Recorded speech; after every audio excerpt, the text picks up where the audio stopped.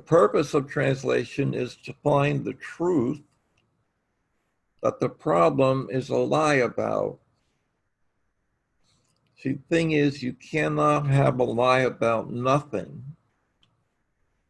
You have a lie, then it's a lie about some kind of truth.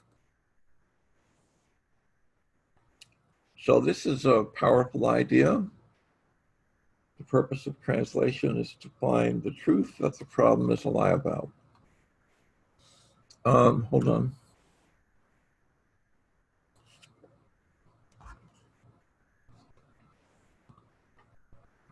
Now I'm going to give you several descriptions of the 5 steps from different perspectives.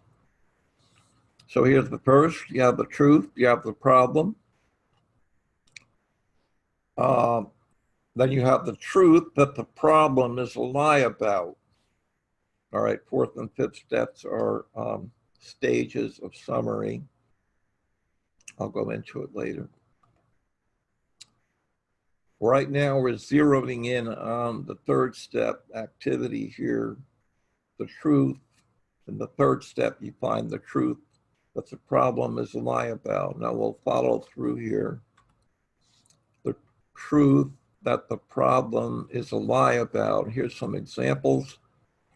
Now, you know, you need to translate these things before you actually understand what is being said here in terms of understanding it deeply. But in a general sense, anyone looking at this can realize some understanding. Okay, so the truth about lack is abundance. The truth about fear is love. The truth about separateness is oneness. The truth about limitation is infinity. This all relates to the truth that the problem is a lie about.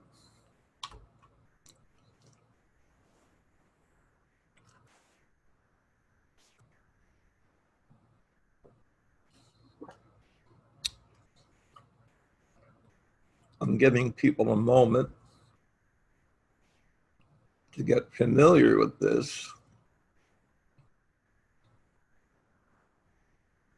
I didn't understand translation until I did this myself. I think I had been through class once and I had to figure this out. You know, you develop the absolute truth in the 1st step, and the 2nd step involves relative experience. Now, in the 3rd step, you'd see the 1st step establishes the absolute truth. The 2nd step establishes what you're going to translate. And then in the 3rd step, so you've been preparing with the 1st step and 2nd step. All right, and then in the 3rd step, you bring those 2 together.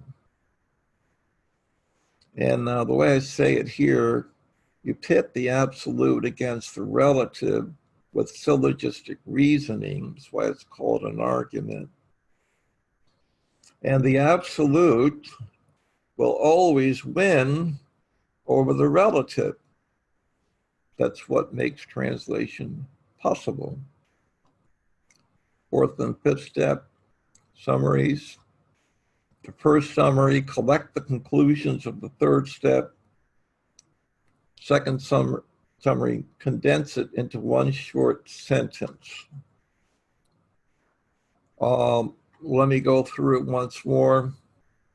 The 1st step is absolute truth, and what you do is you include yourself as consciousness. This is essential. You can't do an ego can't do a translation. You have to identify yourself as consciousness in order to move on. And also, it's extremely important that you're doing the translation not only as consciousness, but that everything you're doing in the translation is occurring very clearly to you in consciousness. All right, now, second step. Okay, now, there's a little controversy about this, but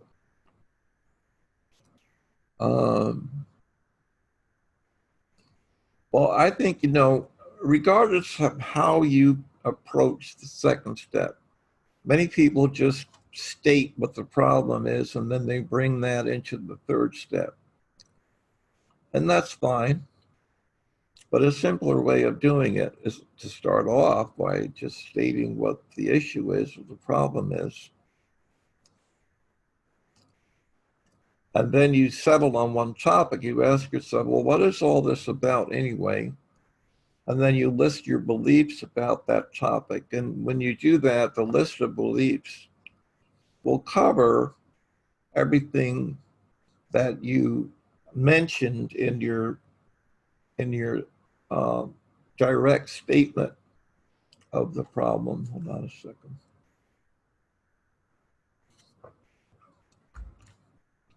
Okay, we did all that. Okay. Intelligibility, I thought, is very pertinent to translation, because indeed everything you're doing in translation rests on intelligibility. I know that this might be a new word for some of you, but let me explain. Here's something distilled from Wikipedia. Intelligibility is what can be comprehended by the mind in contrast to sense perception. Okay, so we look up intelligibility. And I also wanted to mention the Cambridge Online Dictionary, okay, because it's very convenient. It'll give you a simple definition, and then it will underline various words in the definition. And all you have to do is click on them and you get another definition. So for example, here I clicked on understand, and understand meant to know the meaning of something, and to know, it created this definition here. When I clicked on know, to know, and then I clicked on aware and I got a definition for aware. So this is pretty handy to have. And it's effective, even though it doesn't go as deep as an etymological dictionary.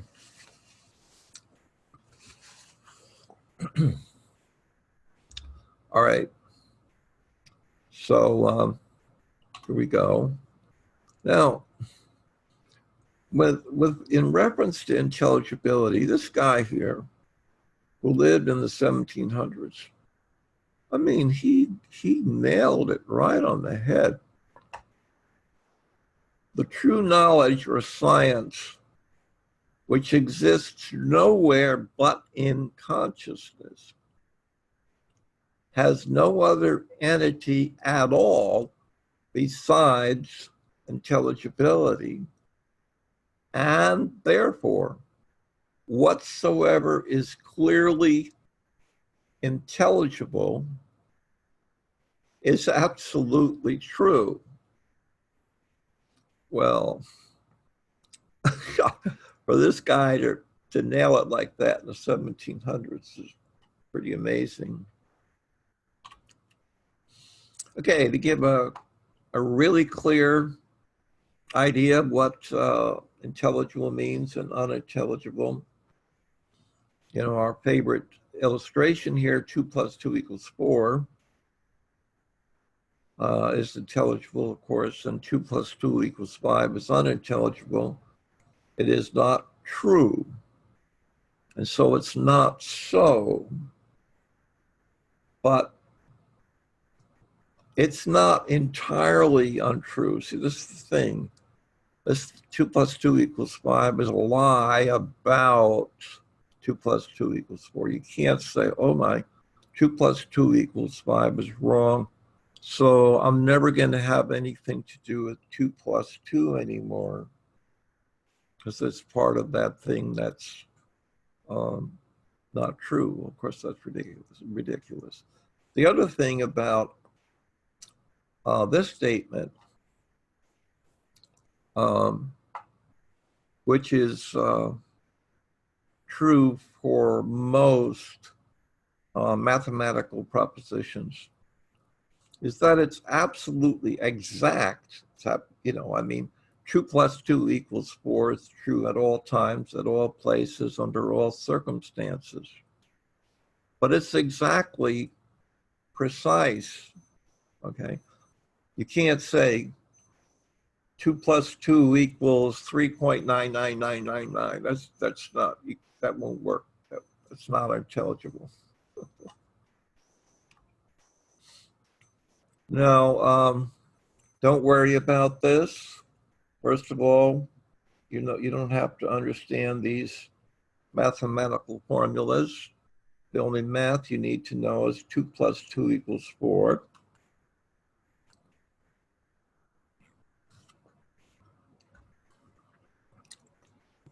But this is like a condensation of the advanced seminar. Turns out that our world is growing more and more intelligible. And that's thanks to the physicists, of course. You know, when I was in grammar school, I was fascinated with atoms because they had these parts. And then in those days, it only had 3 parts: electron, proton, and neutron.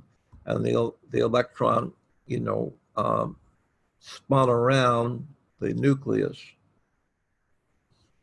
Well, let's back up a bit. The word atom was a word that was first used by Democritus, and what it meant was undivisible. Democritus was like figuring out what everything was made of, and then he figured, well, there's going to be something that is so basic, so fundamental that you can't split it, you can't crack it open or anything. And that's what he called an atom. Well, of course, now we realize that an atom is not just, you know, a dense, impenetrable thing. You know, it's got, you know, as physicists keep probing and probing, and it becomes more and more intelligible, and mostly thanks to the Large Hadron Collider. So anyway, atoms and subatomic particles are being perceived to be more and more intelligible.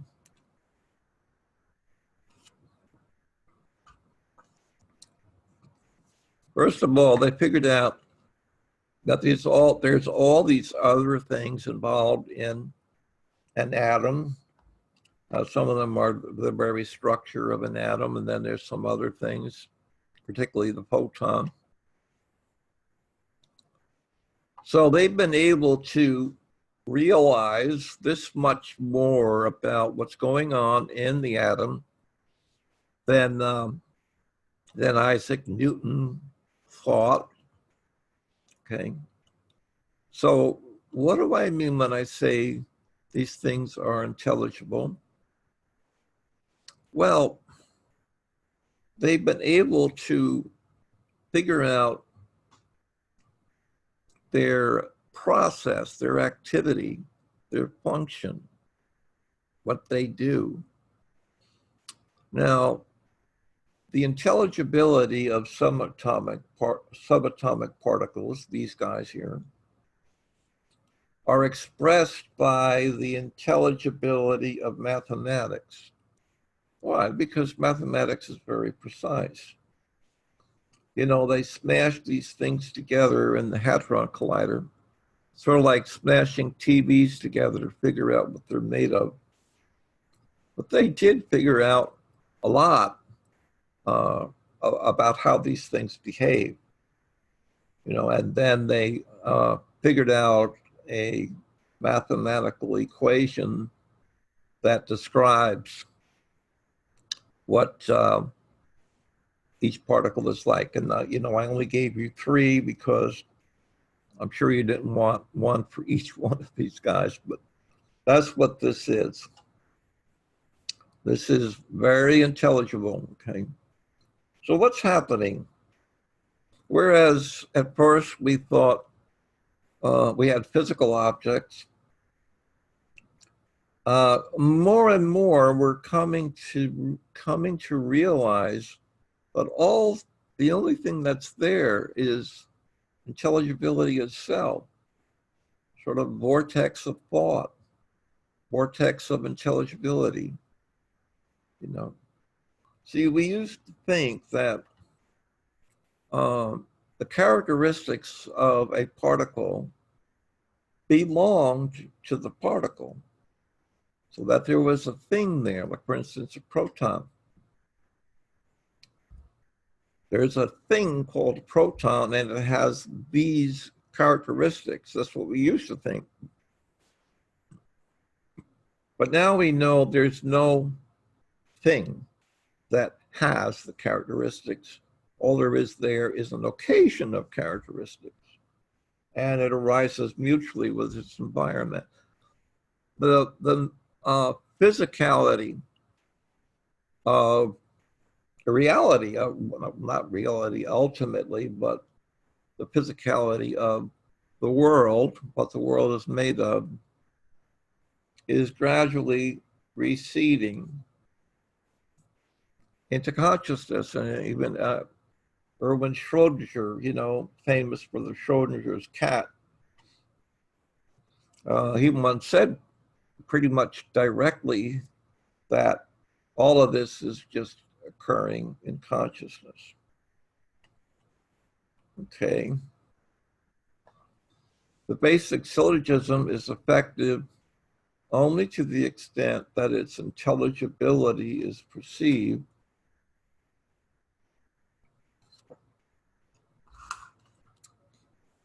And that's what we've always been doing. It's just a different way of explaining it. Here we have the basic syllogism again, and then another way to do this is to ask yourself on these two guys, can I be absolutely certain that this is absolutely true? It's a question.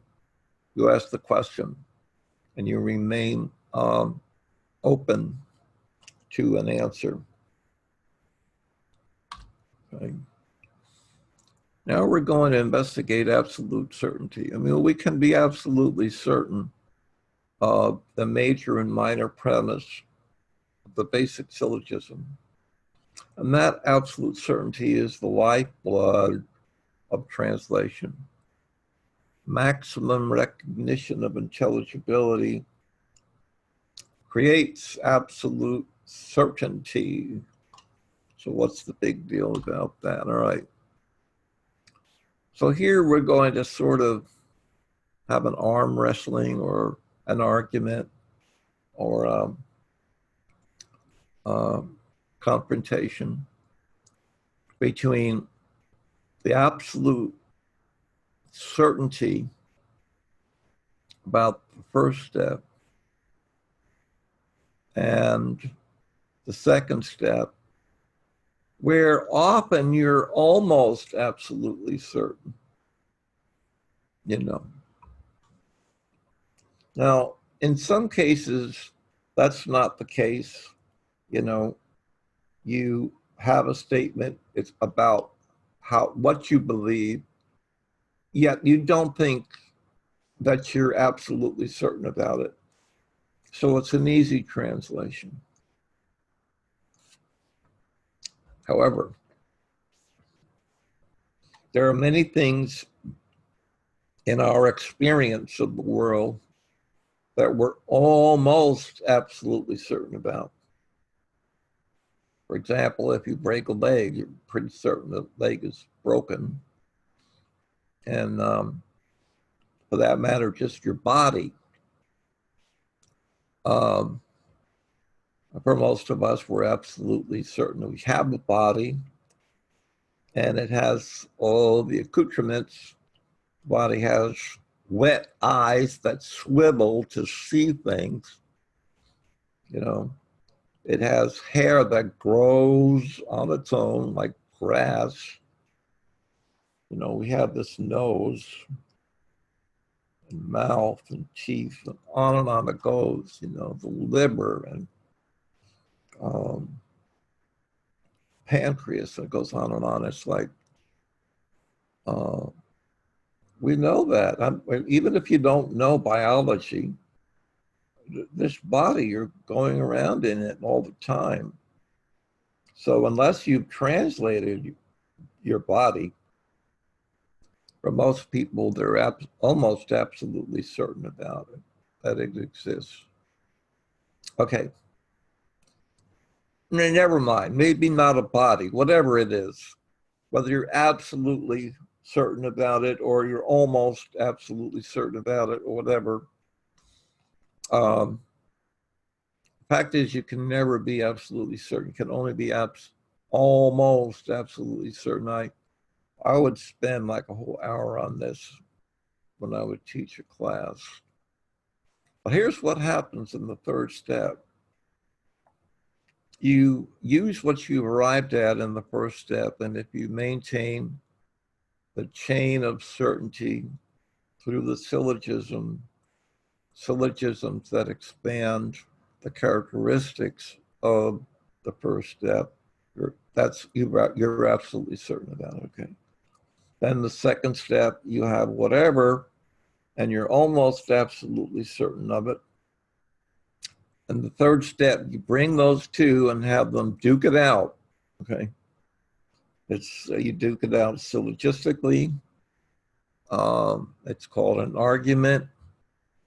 And guess who's going to win?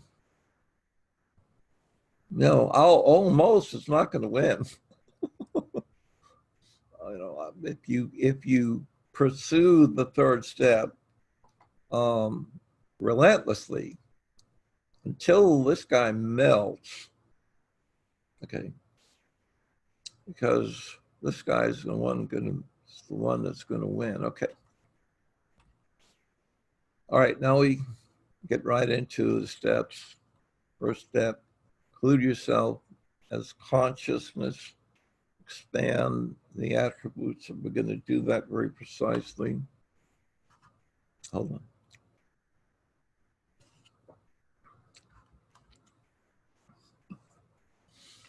Now, include yourself as consciousness. Here's one way to do it. Shift your sense of identity from the person you experience yourself to be to the awareness that is aware of that person.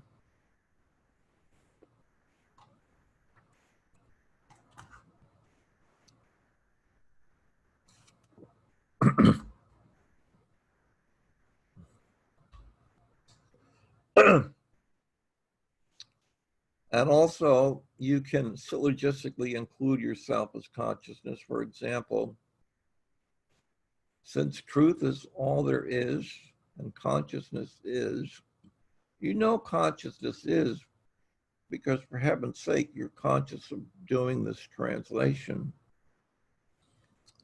Then consciousness must be truth. Since I exist and truth is all that can exist, then I therefore must exist as truth. And since consciousness is truth and I exist as truth, then I exist as consciousness. First step, Make sure you don't include anything relative.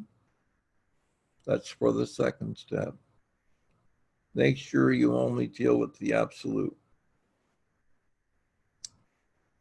Truth is absolute because it is absolutely all there is, absolutely without exception. All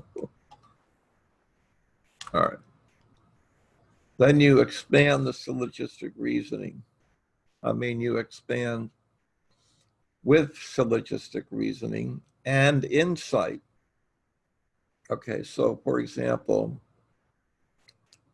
your basic syllogism, the conclusion is truth is all there is. Okay, so then you can say, truth being all there is, it is therefore entire.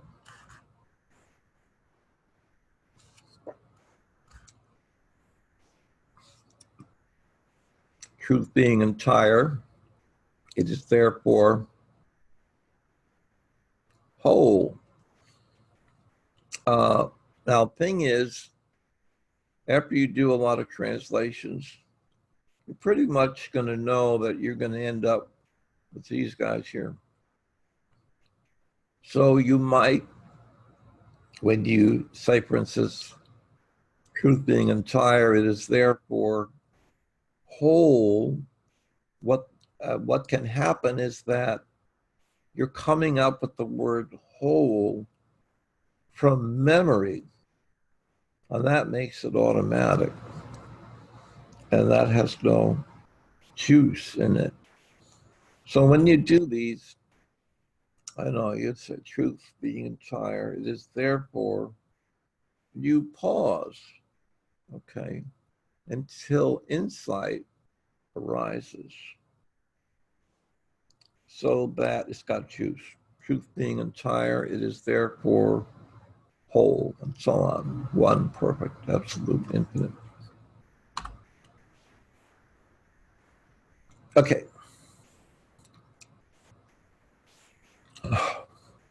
Write out what is bothering you. Everybody pretty much does that. It's the only way you can start. Write out what's bothering you, what's going on. Now you can take whatever this sentence is that you wrote, and you can put it through the third step. Some people do that. Okay, nothing wrong with that. Now, however, you can go to another step here where you define the problem, not just, what you happen to write down, but you ask yourself, trying to figure out how you can say it more precisely, how you can define the problem.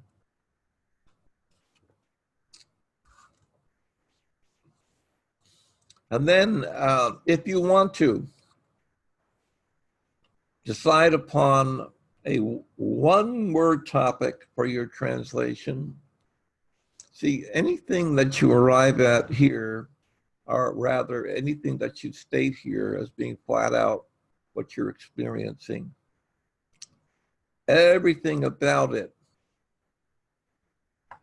can be laid out in the second step when you list your beliefs about a topic that you decided upon. And also, you can word track, you can word track anytime you want. Word tracking is not essential, but it helps a lot often. And you can do that at any point in your translation. All right, here's an example now of what the people can start with, the first sentence they write down. It's hard for me to get to work, visiting my cousin is such a long ride. These are just things, facts that are, that's what's going on. My flight's been canceled, whatever. So then you ask, well, what is the one-word topic that covers all those statements? And here's the thing. You've already decided, finally, that that one word topic is transportation. And now you list all your beliefs about transportation. The first argument has to be you translating any idea that your topic involves physicality or materiality. You have to get it in consciousness. Okay? It's essential. You know, and then you list all your other beliefs. Transportation is expensive, it takes time, can be unreliable, it's movement from one place to another. Okay. All right, wait, hold on.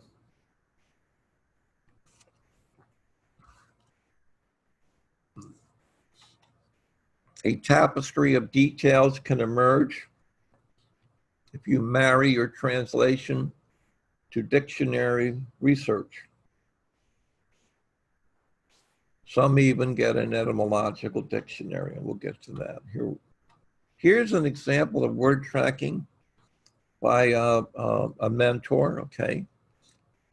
She gave me permission, but you know, she'll remain anonymous to protect the innocent and so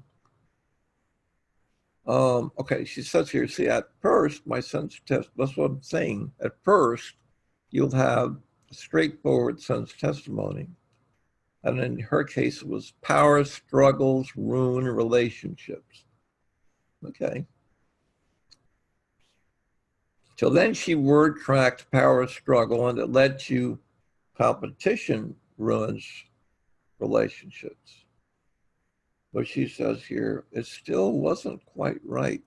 So when you go through these things, you keep listening to yourself, you know, noticing how you're feeling. It still wasn't quite right. Okay. She looked up the word competition and got the word rival, which revealed opponent, which felt right. And the Latin root, this is etymological stuff, for rival is such a clear image. She hit the nail on the head with this. One who uses the same brook as another. You know, get out, it's my brook. Yeah, we live together and do many things together. So now I have my sense testimony, rivalry ruins relationships, and the conclusion to her translation. One, eternal relationship includes all as one. Okay. We're doing more word tracking of transportation. And, you know, in this case, transportation, there wasn't anything new revealed when I looked it up. Same for the etymological stuff. Except down here, you get with something that these things are pretty bizarre. Not really, don't. Getting carried away with strong feelings. You know, you say, well, she got carried away with whatever. And also to carry away into banishment. Well, that's probably not what we're interested in word tracking transportation. For some very advanced translators, could be an avenue for further explorations. Okay.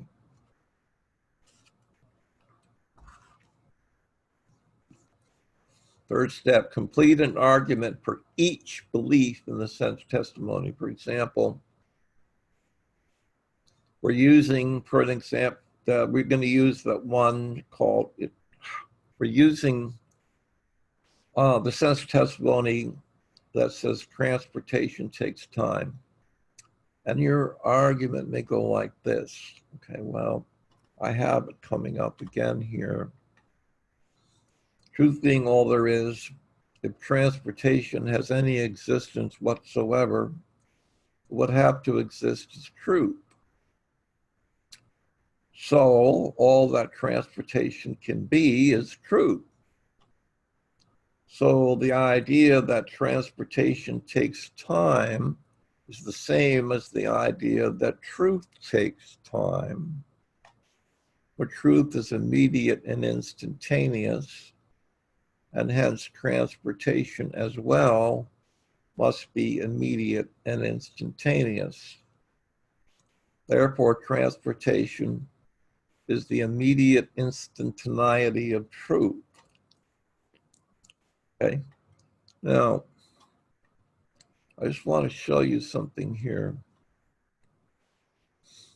Yeah, we're saying if transportation has any existence whatsoever, would have to exist as truth, so all that transportation can be as truth.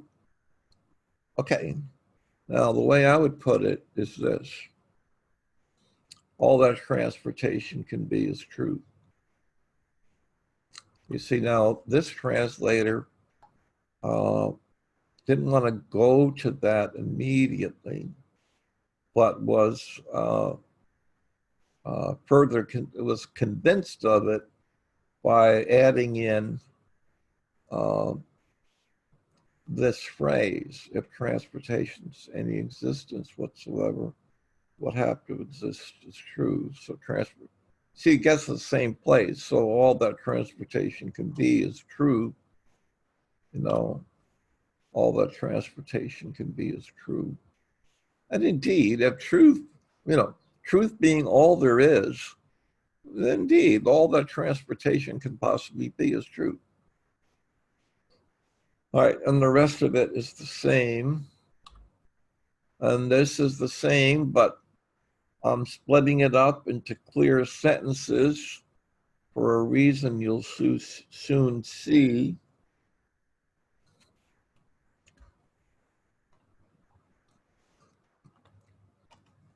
And here we have now, here we're going to break it down into precise syllogisms. Okay. And that's kind of the math of translation, strict syllogistic reasoning. Okay, so when we say truth being all there is, all that transportation can be as truth, here's the exact syllogism. Truth is all there is, transportation is, therefore transportation is truth. Similarly here, so to believe that transportation takes time is the same as believing that truth takes time. The exact syllogism. Transportation is truth. Transportation takes time. Therefore, truth takes time. Now, of course, we know that we're not going to end up with a grand conclusion that truth takes time. But it syllogistically follows, and you'll see where it goes here. But truth is instantaneous. So saying truth takes time is to say that truth is not instantaneous, or that truth is not truth, which is absurd. Okay, now when we inflate this to strict syllogistic reasoning, we find something interesting. We find out something interesting. We start with truth is instantaneous, major premise. This whole thing is a minor premise leading to the conclusion. Therefore, truth is only instantaneous. So what do I mean by that? Okay. Truth takes time is the same as saying truth is not instantaneous, which is the same as saying truth is not truth, which is the same as saying the truth is not so, which is the same as saying truth is not so, which is absurd. These, technically speaking, are tautologies. You don't know have to. You don't have to know that. It makes sense.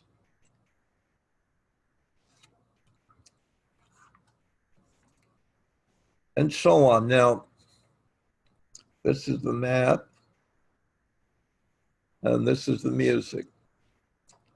Strict syllogistic reasoning. Colloquialization of the math, okay, brings it into ordinary language. Now, here we went from math to music, so to speak, and towards the end, I'm going to show you some jazz.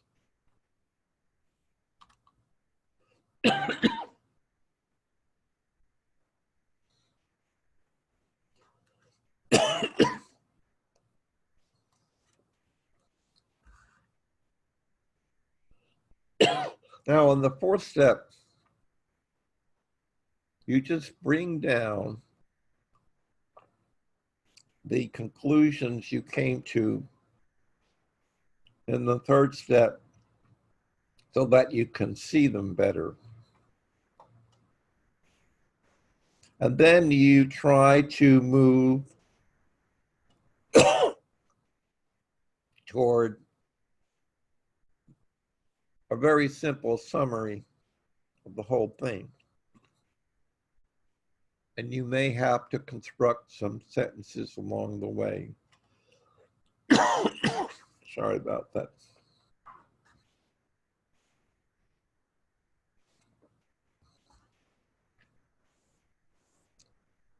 Okay.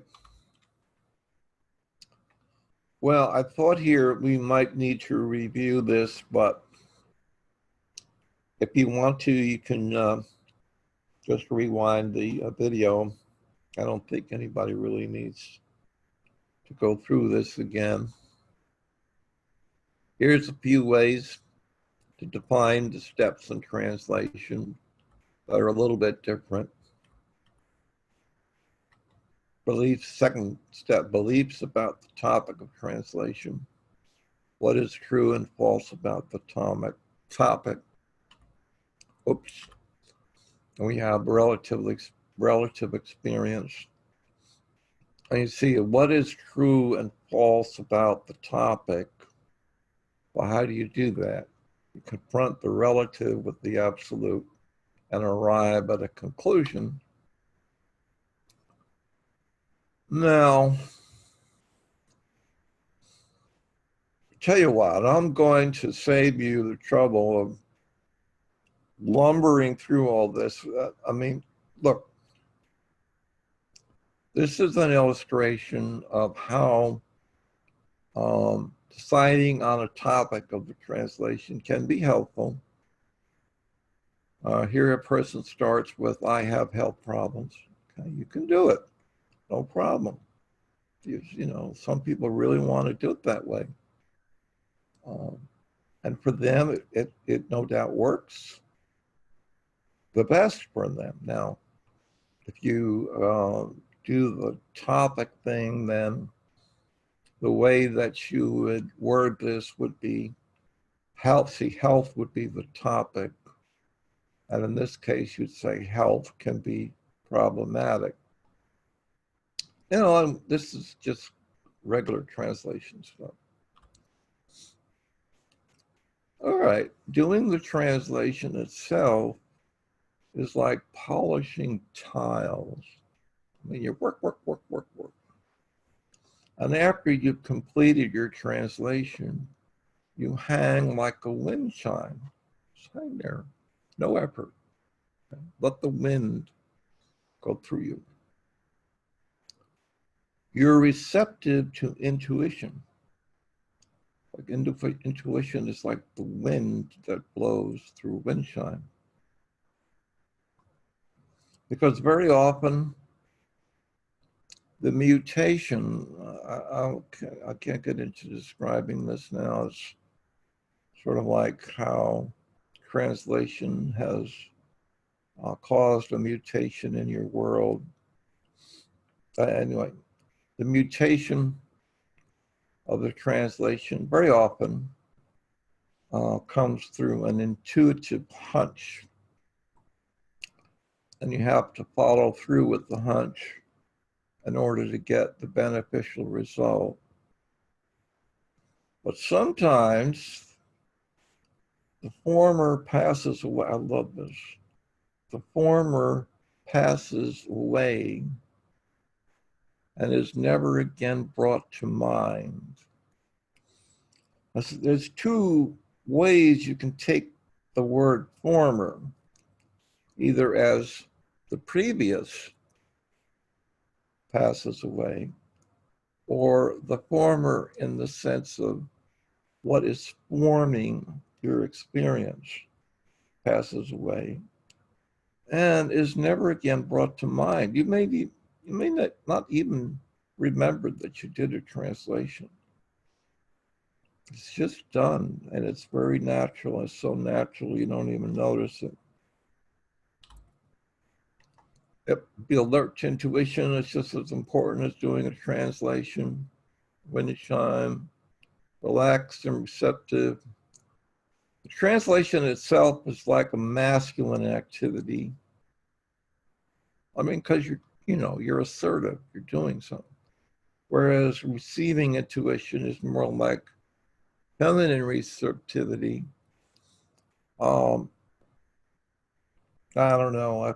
This can get confusing if we can go into this in great depth. But yeah, you need to be receptive, okay? And that is a feminine quality, although the whole feminine characteristic involves nurturing something to fruition.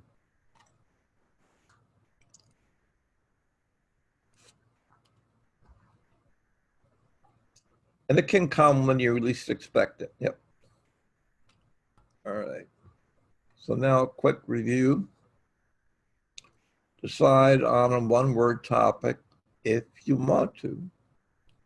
Do word tracking if you want to. List your beliefs about the one-word topic, or just list your beliefs. Translate, basically translating each belief that's listed. You come to your conclusion, and then you be receptive to intuition. All right, now we're going to do some jazz. We went from math to music to jazz. Let me just check the time here. Not that it makes any difference. All right, it's going to go a little bit over time, but we're almost finished. And you know, I'll do another workshop that'll just be question and answer. Right. The truth is that the truth is all there is. There simply is nothing else. The appearance of anything else, like pain, distress, disease, misfortune, poverty, crime, war, hatred, fear, etc. We're translating all these guys all at once. Is nothing but the hypnotic trance that grows out of the mistaken belief that something else besides truth could exist.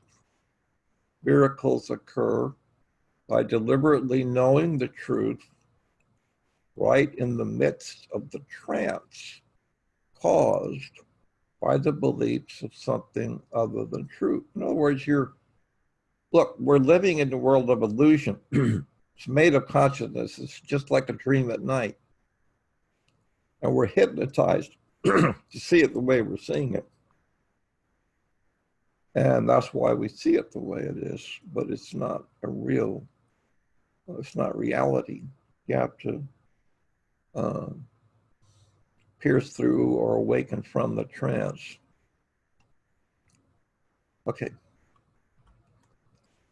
And even though the universal trance that creates this vast dream of humanity may linger, the effect of your translations will be to catalyze the desire and ability to awaken on the part of those aspects of yourself who still appear to be others.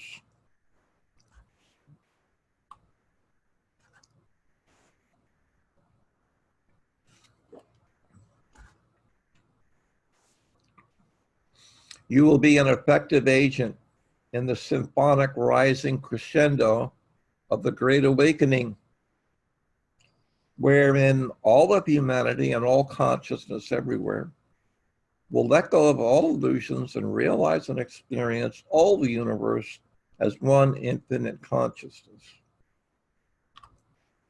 Layer by layer, you let go of every sense of selfhood that falls short of truth's nature, while at the same time becoming more and more clearly aware that truth's nature is all you possibly can be.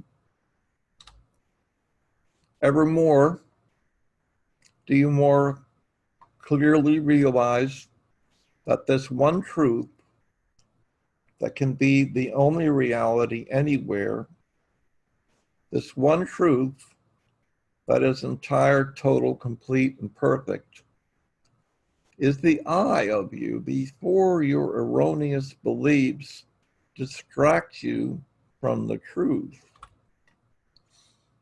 The absolute center of your consciousness, the I of you before it forms itself into I am this particular human being.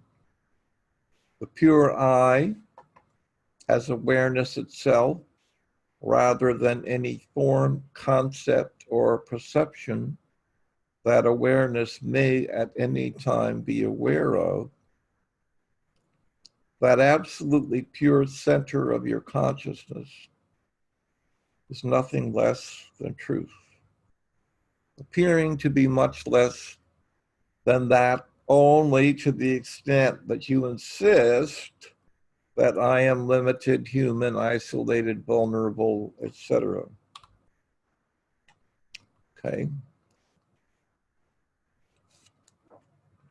2 more frames to go. As you let go of the erroneous beliefs, less and less do they distract you. And as the distractions subside, in the stillness they leave behind, you discover the I you have always been and always will be. The I that is like Melchizedek, without mother, without father, without beginning or end of days. The I of you that says to the cacophony of your distractions, be still and know that I am pure infinite consciousness. The I of you that says, I and being are one. Okay? Kiss and make up. We have all these countless lovers' spats with truth. Though they are hard to recognize as such, because no words or thoughts are involved, only feelings. So very often we need to kiss and make up with truth. In other words, we need to get intimate with truth again by dilating ourselves to feel our beingness as truth, to surrender to truth, to melt and dissolve into truth. And just like lovers will sometimes pout for days before they get around to kissing and making up, we sometimes do the same thing with truth, getting so busy that we can manage only some quick translations here and there, but strangely avoiding those longer ones. It's just a lover's spat you're having with truth, that's all. Just kiss and make up.